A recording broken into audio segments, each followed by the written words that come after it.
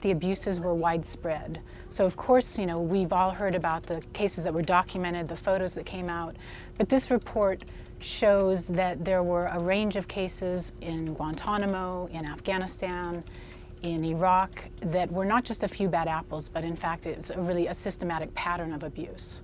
So we documented 330 cases of credible allegations involving more than 460 U.S. personnel and more than 600 detainees.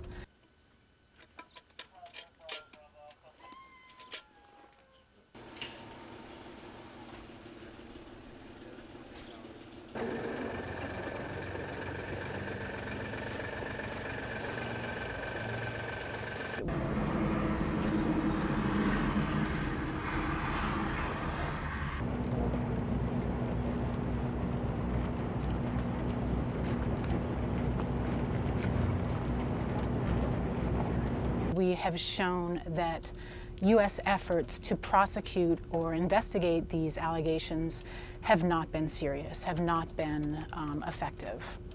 And so we tracked these cases, and we found that in many instances the abuses were not even investigated seriously, and when abuses were investigated, that often military personnel relied upon administrative penalties instead of criminal punishments.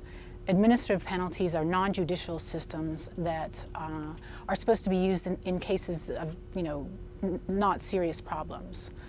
So the kinds of penalties that we're talking about are reprimands, are fines, very light penalties, not at all appropriate to the seriousness of the offenses that we're talking about here.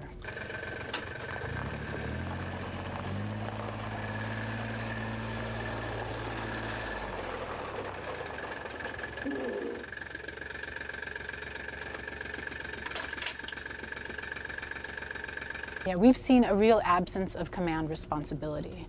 So you only have, I mean, by the vast majority of defendants have been low-level enlisted personnel.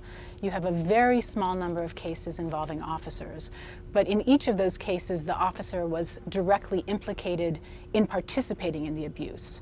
So there have been no prosecutions for command responsibility, and this is sort of a basic doctrine of military law, is that commanders are responsible for the acts of their subordinates if they have not properly investigated or punished abuses.